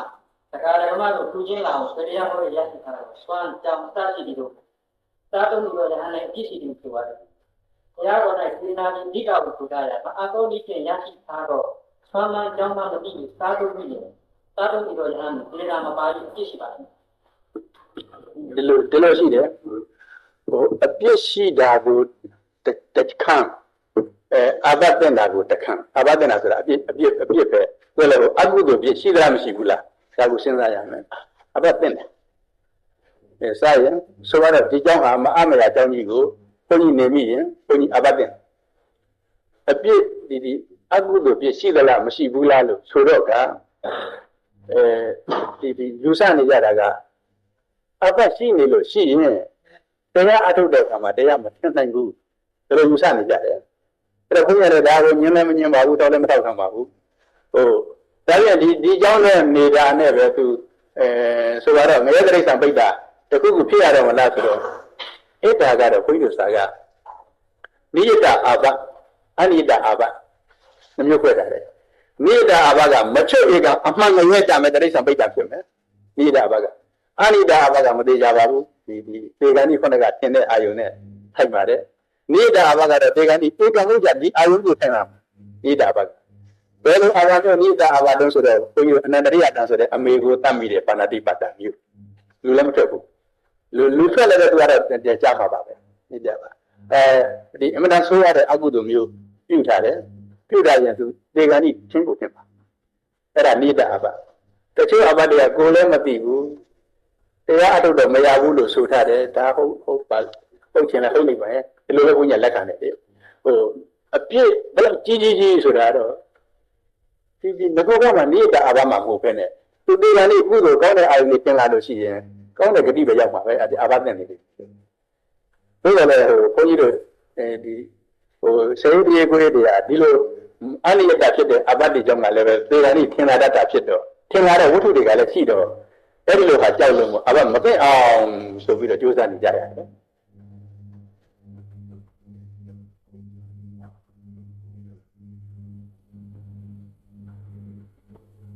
ကုသိုလ်အကုသိုလ်ပြုလို့ဒီပြရတာ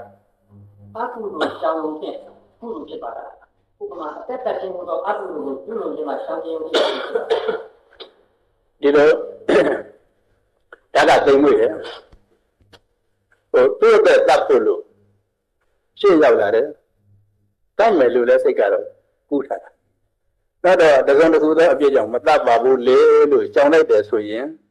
အဲ့ဒီရှောင်တဲ့စိတ်ကကုသိုလ်စိတ်ဝိရတိစေရနာပါနေတဲ့ကုသိုလ်စိတ်ရှောင်ရမလားရှောင်တဲ့ရှောင်တဲ့ဝိရတိစေရနာပါနေဝိရတိတရားပါနေတဲ့ကုသိုလ်စိတ်ဖြစ်တယ်ဒီရှောင်တဲ့ကိုဖြစ်တာပဲတို့ဘုန်းကြီးတို့ဥပုပ်တယ်မှာဥပုပ်ကုသိုလ်တွေဖြစ်နေတယ်ဆိုတဲ့ဥစ္စာရှောင်နေတာပဲညသာစားတဲ့ဥစ္စာနည်းနည်းသိတော့ကြည့်တာမဟုတ်ဘူးသဘာဝတာလေ ငကိုတော့ကဘုရားမြတ်စွာရဲ့တရားတော်ကညကမစားပါဘူးလို့ရှင်းနေတာဖြစ်တော့ဒီညကစားလို့ရစားကျင်လိုက်တာစားကျင်မယ်လို့ဒီတရားပြတ်မှာဆိုတော့သူကရှောင်တယ်အဲ့ဒီရှောင်တဲ့ဝိရတိစေတသိက်ဖြစ်တာပဲအဲ့ဒါကုသိုလ်မှရှင်းတာကုသိုလ်ဖြစ်ပါတယ်ပုဂ္ဂိုလ်ကိုသောတာပန်ဖြစ်နေတာဟာဒီလိုမျိုးဒါကအစစ်ဖြစ်လို့ရှိရင်တော့သူတို့ဒီပိဿဝကနာဆင်ញင်ရသေးတယ်ဆင်ញင်တဲ့အခါမှာတကယ်ကိုနိဗ္ဗာန်အာယုံရနေတယ်တကယ်ကိုမဲ့ကိုအာယုံရနေတယ်ဆိုရင်တော့သူသိတာပဲဒီလိုမဟုတ်ဘဲနဲ့ဆိုရင်သူမသိပါဘူးဒီပိဿဝကနာမဆင်ញင်ဘဲနဲ့ဆိုရင်သူမသိပါဘူးသောတာပန်ဖြစ်မှန်းလည်းမသိပါဘူးမဖြစ်မှန်းလည်းမသိပါဘူးအပြင်းပြဆိုတာကတော့ဒီတစ်ခါတုန်းကယဟန္တာအရှင်မြတ်ကြီးရဲ့နောက်ကတောတော်ကြီးတစ်ပါးတပိတ်ယူပြီးတော့လိုက်သွားတယ်လိုက်တော့သူ့ဆရာနဲ့ဘုန်းတော်ကြီးကိုလျှောက်တယ်အရှင်ဘုရားယဟန္တာများဘယ်နဲ့လုပ်ပြီးတော့သိရပါမတုံးကိုဥပဇင်ကြီးယဟန္တာဆိုတာအမတန်အသိကတဲ့တပိတ်ကြိုင်ပြီးတော့နောက်ကလိုက်တောင်းမှသိဖို့ခဲရင်တယ်လို့ဒီအမေတော်ကြည့်တော့အခါယဟန္တာမှသိဖို့သိခဲ့တဲ့ယဟန္တာမှသိဖို့သိခဲ့တယ်ဆိုရင်သောတာပန်မှသိဖို့လည်းသိခဲ့တာပဲဒီဘယ်လိုပုဂ္ဂိုလ်မှသိတယ်ဆိုတော့ပရစိတ်တဝိဇာဏနာသူတစ်ပါးစိတ်ကိုသိတဲ့ဉာဏ်ကိုရနေတဲ့အချိန်ကြမှာအဲ့ဒီသောတာပန်ဟုတ်တယ်မဟုတ်ဘူးဆိုတာသိတယ်ဒီပရစိတ်တဝိဇာဏနာအဘိညာဉ်ကိုမရလို့ရှိရင်ဓမ္မထဆရာကိုယ်တိုင်ကိုသူ့တပည့်တရားပေါက်တယ်မပေါက်တယ်မသိနိုင်ဘူး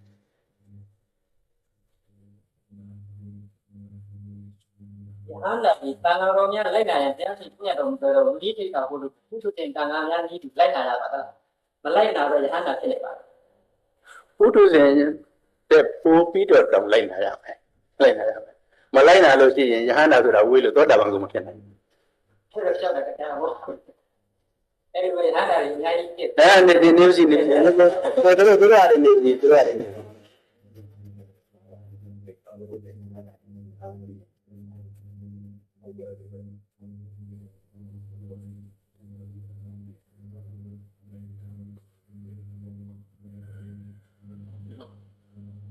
တရားအရာတရားတင်ရတော့တရားကြည့်ပြည့်မရှိတော့သူကအပြည့်ပေးနေပြီဘုမဟုတ်အပြည့်အဟုတ်အပြည့်ရှိသူကအပြည့်ပေးနေ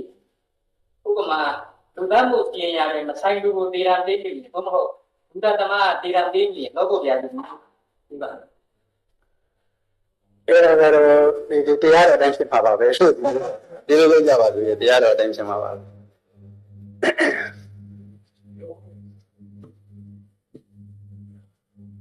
ဘုရားဘာသာဝင်တူနဲ့ဘာသာကြားတူတို့သူကြီးတော့အတူတဏ္ဍတစ်ခုဒီကိုစေတနာတူတာဖြင့်အတီးတီးပြုလို့ပြရင်ကျိုးပေးပုံမျိုးပေါ်ကြပါဒီလိုရှိတယ်အဲ့ဒါကတော့စေတနာတူစွာဖြစ်လို့ဆိုတဲ့ဥစ္စာကိုလူတစ်ပတ်သားကိုရစေလို့တဲ့စေတနာချင်းသာတူနိုင်တယ်ကံနဲ့ကံရဲ့အကျိုးကိုယုံကြည်တဲ့တရားချင်းမတူနိုင်ဘူးပြီးတော့ဒီအမြောက်ဆိုတော့မေဖို့နိဗ္ဗာန်ဆိုတာမျိုးကိုမတူနိုင်ဘူးပြီးတော့က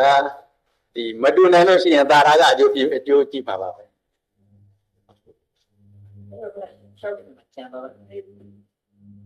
ဒီပန်ရောက်တဲ့အခါ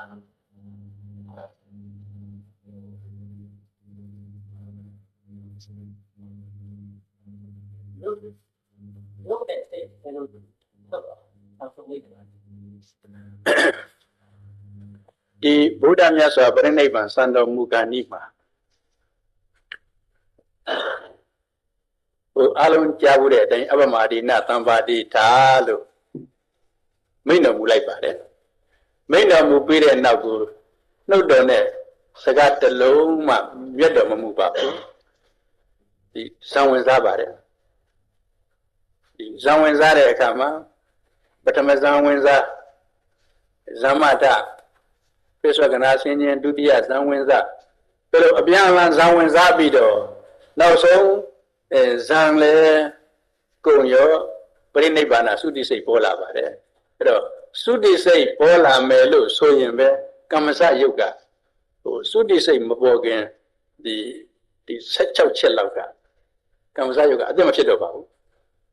အဲ့တော့နောက်ဆုံးသုတိစိတ်လည်းဖြစ်ရောကမ္မစယုတ်ကလည်းနောက်ဆုံးချုပ်ထားတယ်အဲ့တော့ကမ္မစယုတ်နဲ့သုတိစိတ်နဲ့တပြိုင်နက် ရှစ်ပါချုပ်ပါလေအပြိုင်နဲ့အရင်တွေပါတယ်မရှိပါဘူးသို့တော့ဒီကျမ်းနေတဲ့ယုတ်ကပုရုဇယုတ်ကျမ်းနေပါတယ်ပုရုဇယုတ်ကတော့ခုအလောင်းတူပဲဘုရားမြတ်စွာရဲ့အလောင်းတော်မှာလည်းပုရုဇယုတ်ကျမ်းတော်မူပါတယ်ဒါကြောင့်အဲ့ဒီယုတ်ကတော့ပရိနိဗ္ဗာန်စံပြီးတဲ့နောက်တော့ကျမ်းတော်မူပါတယ်အာရဇယုတ်တို့လူစိတ်ဇယုတ်တို့နည်းနည်းကလေးဒါကအဘိဓမ္မာသင်္ကြန်တွေသင်မှုတဲ့ပုဂ္ဂိုလ်မှာသိပါတယ်နည်းနည်းကလေးဆိုမှနည်းနည်းကလေးရဲ့ဒီကျမ်းတယ်လို့ဆိုရရင်တွေကျမ်းပါတယ်ပြန်ချုပ်တာပါပဲပုရုဇယုတ်ကကျမ်းနေပါတယ်အဲ့တော့ဆိုတော့ကမ္မဇယုတ်ကတော့တပြိုင်နဲ့ချုပ်တယ်ဒီဖရာကိုသာကြည်ညိုစရာကောင်းအောင်လို့ဖရာကိုပြောရတယ်ဘုန်းကြီးသေးတဲ့တပြိုင်နဲ့ချုပ်ပါပဲကမ္မဇယုတ်ကမ္မဇယုတ်မချုပ်သမျှဇီဝိတဆိုတဲ့အသက်ကျမ်းနေသေးတယ်အသက်ကျမ်းနေသမျှသိဖို့မသိဘူးသုတိစိတ်ကိုမဖြစ်သေးဘူး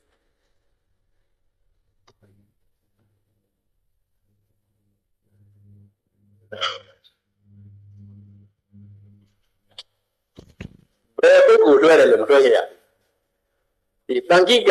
ကြောင်းဆိုလို့ရှိရင်ဒီဆိုင်ရာကပုတ်ထိမ့်မဲ့ဘောဘကတို့ဘာတို့ကထိမ့်တာပါဘယ်သူမှမလွှဲပါနဲ့ဒါမှနောက်သင်္ကကောင်းကောင်းရမယ်တန်ခိကမဟုတ်ပုဂ္ဂလိကပါဆိုလို့ရောက်ပါရောက်ပြီးတော့ကသူ့လက်ထက်မှာသူသုံးနိုင်တယ်အမေဖေပေးနိုင်တယ်ဒီအလိုရှိလို့သုံးနိုင်တယ်ဟိုဝယ်တဲ့သူတွေကဝယ်ပါဒါကိုဘောဘကဒီဝယ်လေဒီဘောဘကအခွဲတို့ဘာတို့ကဝယ်ပါဝယ်ပြီးတော့ကိုကြောင်းကိုရွှေ့တာရွှေ့ပါဒါလိုဘုန်းကြီးကပြောနေတယ်ဒါကြောင့်ဓမ္မကြီးဝဲလာကိစ္စမရှိဘူးကိစ္စမရှိဘူးဝဲလာတန်ခိကကိုသွားမဝယ်နဲ့ခုနတခုပြောရရှိတယ်တန်ခိကသွားဝယ်တယ်ဓမ္မကြီးဖိုင်းကိုလည်းမဟုတ်ဘူးတန်ခိကဆိုလို့ဒီမဝယ်နဲ့ပုဂ္ဂလိကဆိုမှဝယ်ပါပုဂ္ဂလိကလည်းပဲသူကဆိုရုံနဲ့မဝယ်ပါနဲ့သူတို့ကဟုတ်တယ်မဟုတ်ဘူးလားစုံစမ်းပါဦးဘယ်လိုတော့ဟုတ်တယ်ပုဂ္ဂလိကလည်းထားတာပဲလို့သူတို့ဆွေမျိုးတွေကပြောရင်တော့ဝယ်ပါတန်ခိကကိုမဝယ်လေနဲ့မသေးကြတဲ့ပုဂ္ဂလိကကိုလည်းမဝယ်လေနဲ့ဒါဒီကိုမပိုင်ဘူးကိုဘုန်းကြီးလည်းမပိုင်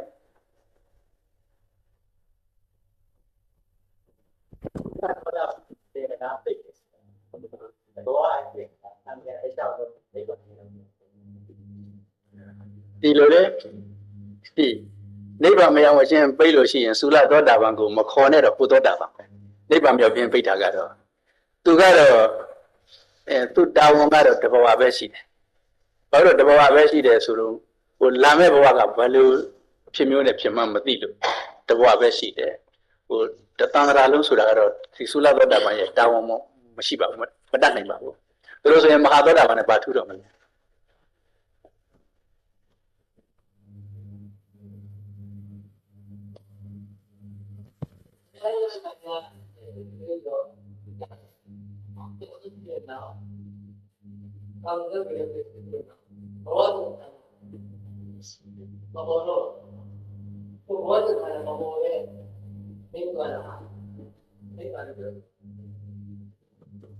ဒီလိုပဲမဟုတ်ဘူး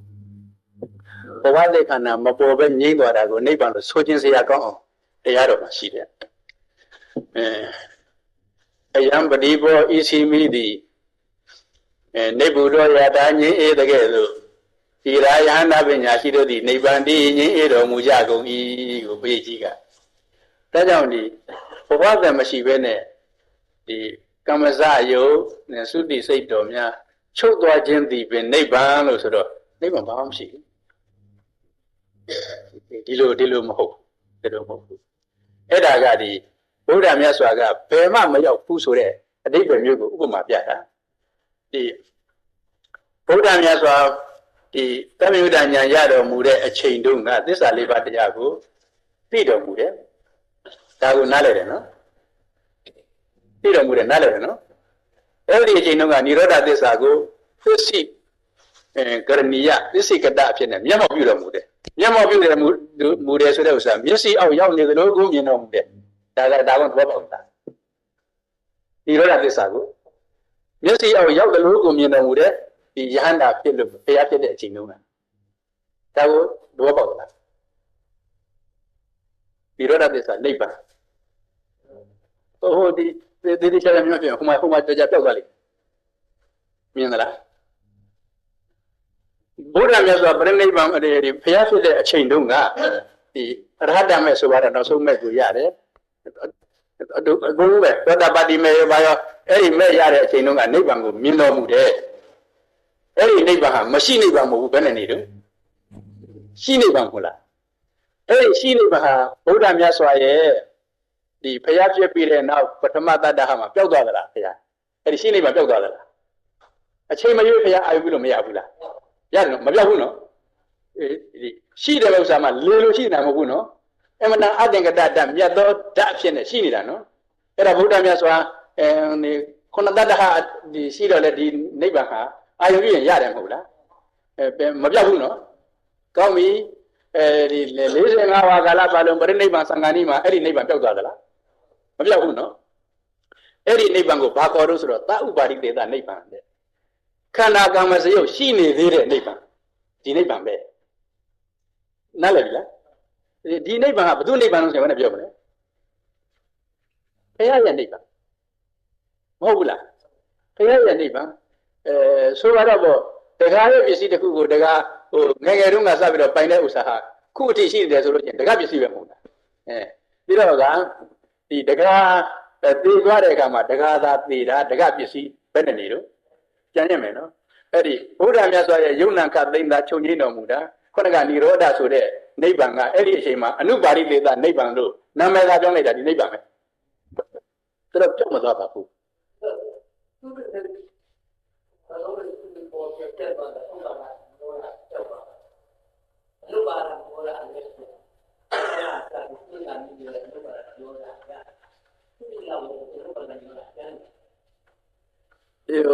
ဒီလိုနဲ့တခါကြီးစာတော်လေးလာဘူးလားစာတော်လေးလာဘူးလို့ရှိရင်အနုပါဒនិရောဓကိုဟောတဲ့ဘုန်းကြီးကိုသွားမိဒီနိဗ္ဗာန်ပဲလားလို့ဟောတဲ့ဘုန်းကြီးသွားမိនិရောဓဆိုတဲ့ဥစ္စာချုပ်တာကိုပြောတာအဲ့ဒီအနုပါဒនិရောဓကနောက်ထပ်ဆက်မဖြစ်ဘူးနောက်ထပ်ဆက်မဖြစ်တဲ့အချုပ်ကိုအနုပါဒនិရောဓလို့ခေါ်တာဟိုနိဗ္ဗာန်ကိုခေါ်တာမဟုတ်ဘူး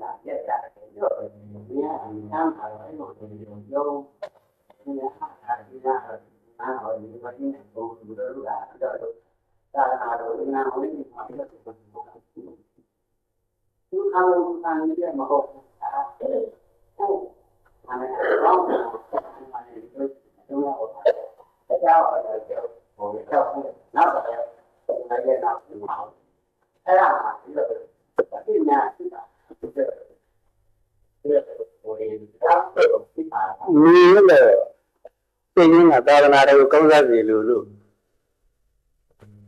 အဲ့ဒီစေနာကောင်းစားစီလို့တဲ့အချိန်မှာကြည့်ရင်အခုတော့မဖြစ်ဘူးသူ့ကိုနေ့နေ့ဆက်ဆက်ပြောနေတဲ့အချိန်မှာကောင်းစားစီတဲ့စေနာကမူရင်းပါပေမဲ့သူပြောနေတဲ့အချိန်အခုလို့ဆိုရင်တော့လေဖြစ်မှာပဲကိုယ်စိတ်ကိုဆုံးဖြတ်ပေါ့ဒေါသဖြစ်လိုက်တယ်ဆိုရင်အခုလိုပဲဒေါသကိုပြောနေတဲ့အရှင်ဘုရားတရားတော်လိမ့်မယ်လေသာသနာတော်ဆိုတဲ့ဥစ္စာအမှန်တမ်းမြတ်တာပဲနဲ့ကိုယ်ပြောနေကိုယ်စိတ်ကိုထင်နေလို့ရှိရင်ကိုယ်စိတ်ကိုဆက်ဖြစ်သွားဒီကိုယ်စိတ်ကိုဆုံးဖြတ်သွားကိုကအမှန်ဒေါသနဲ့ဒီမထိုးပြီးတော့ချလိုက်ရပဲမနေမလဲဒါလည်းဆိုရင်တော့ဒါအကုသိုလ်ဖြစ်ပါပဲဒီအကုသိုလ်မဖြစ်အောင်ကုသတာကိုထုတ်ပြီးတော့ချွေးချွေးတန်းတန်းနဲ့ပြောဖို့ဒါမှမဖြစ်ပါဘူးလို့လည်း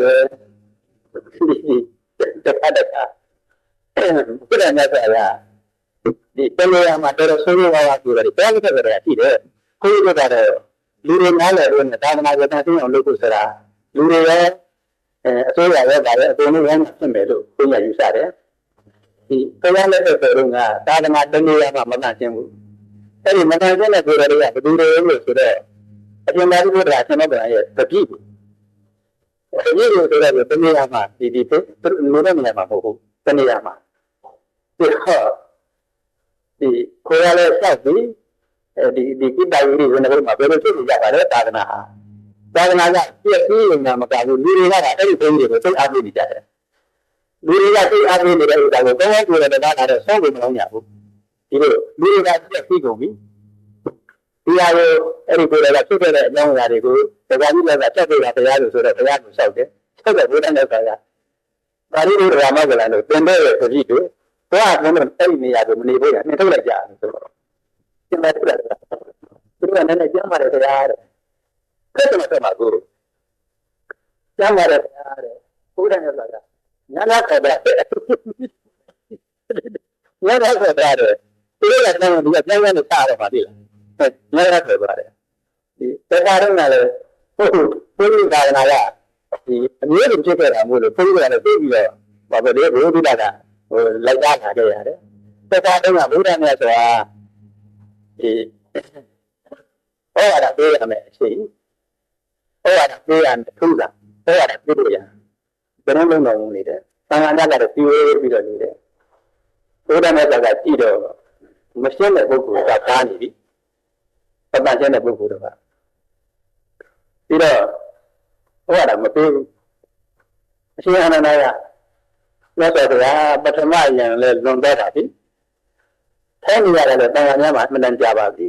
။ဟောရတာချင်းမြင်တော်မူပါဗျာလို့ဆိုတယ်။ဘုရားနဲ့ဆိုတာမထုတ်ဘူး။ဘာမှအမိတ်မရှိဘူး။ဒါလိုပဲထိုင်။တန်ခါတယ်လည်းငြိမ်းလို့ဘာဖြစ်ပါလိမ့်မလို့ဘာလုပ်ပါလိမ့်မလို့မသိဘူး။နောက်ဒုတိယသကောင်ကပြောလာရောတန်ခါများထိုင်တော့ထိုင်ရတာကြားပါပြီဗျာ။ဒုတိယသကောင်ကလည်းပြောလာပါပြီ။ဟောရတာပြောတယ်ပါဗျာ။မလုပ်ဘူး။ဒါတော့အာယုတက်ခံနေပြီအာယုနဲ့တက်လူနေပါပြီဗျာသံဃာများလည်းထိုင်ရတာကြားပါပြီဩဝါဒပေးတော်မူပါလို့ကြောက်တော့အာနန္ဒာမစင်ကြဲတဲ့ပြိဿတ်ထဲမှာငါဗျာဩဝါဒပေးလို့မရှိဘူးဒါလို့အမှုကြည့်လိုက်တော့ရှင်အဲ့ဒီမှာရှင်မောက္ကလန်ကကြည့်တာကိုဉာဏ်နဲ့ကြည့်တာနော်ဉာဏ်နဲ့ကြည့်တော့တဏှာမှာသီလပြည့်နေတဲ့ကိုယ်တော်ကတွေ့ရောအဲ့ဒီရှင်မောက္ကလန်ကတခါတည်းကိုယ်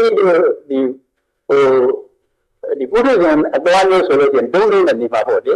ရှင်မောက္ကလန်ကဒေါသဖြစ်တယ်မဟုတ်ခဲ့ဘူးမမတော့ပြီးတော့တခါတည်းဘုန်းတော်ကြီးဘုရားကမစင်းကြတဲ့ပြိဿကိုမပေးဘူးဆိုပြီးတော့ဩဝါဒမပေးဘဲနဲ့နေတဲ့ဥစ္စာသင်ဘယ်တော့ကြာကြာကြည့်နေရသလားလို့ဆိုတော့လက်ဆက်ပြီးတော့ထုတ်ပြရတာပဲဥထုရှင်တွေကဆိုလို့ရှိရင်တော့ရှင်မောက္ကလန်ကြီးပြိသိဆိုးတာပဲလို့ပြောရမှာပေါ့ရဟနာမို့လို့ပြိသိစိတ်မဆိုးဘူးလေနည်းနည်းလေးစိတ်မဆိုးဘူးလေသိဘူးဒါလို့ဆက်ပြရတာလေဒါတော့သုံးတဲ့သာသနာကဒီလိုပါပဲကျမ်းတန်တာကိုကျမ်းပြကြရတာပါပဲဒီပုရိသင်တွေကြတော့ဒေါသတော့ဖြစ်တာအမှန်ပေါ့ဒါမဲ့လို့ဒေါသမဖြစ်တဲ့ပုဂ္ဂိုလ်တွေအရေးကြီးတယ်ကျမ်းညမ်းပဲအလုပ်လုပ်ရပါပဲ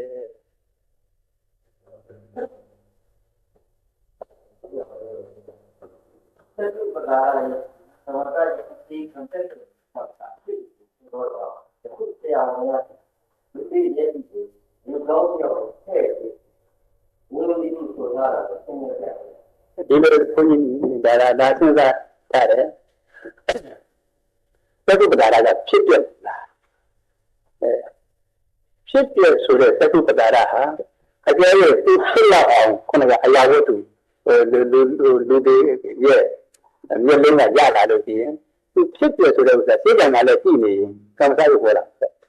ကံစားရကလည်းဖြစ်ပြနေတာမဟုတ်လားရနေတဲ့ကံစားရမဟုတ်ပဋိပဒိနေတော့မှပန်းတယ်ကံစားရကြီးမဟုတ်နောက်ကဖြစ်အဲ့တော့သက္ကုပ္ပဒီလူတွေရဲ့ဟိုယူပြီးတော့ကခုနကဒီမျက်စိမြင်အလဲလို့ဆိုတာပဒါရကိုကြည့်တာလေပဒါရကထပ်ဖြစ်လာပြီ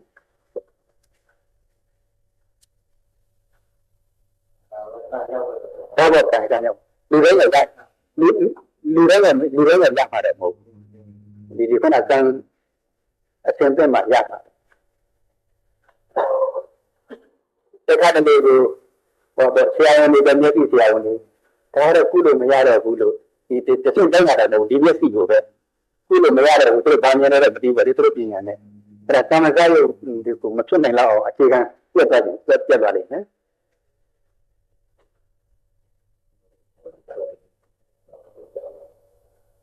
ဒီကိစ္စမရှိပါဘူးမတန်တာကိုကြီးပြန်ပါပဲအဲ့တော့မြေတော့မြေတော့ဒီမှာကိုယ်ကတမန်တော်တဲ့တာတစ်ဒီပြည်ရမရှိလို့ကြီးမပြတ်တာဆိုဒီလားကိုသိရပါပြန်ရင်လည်းသူပြန်ရမှာပဲတော့ပါတယ်ဝေးပါပြီအဲ့လိုမေးကအပြည့်တာမှာပါကြက်တော့အဲ့ငါတည်းဒီလားသိညာပါ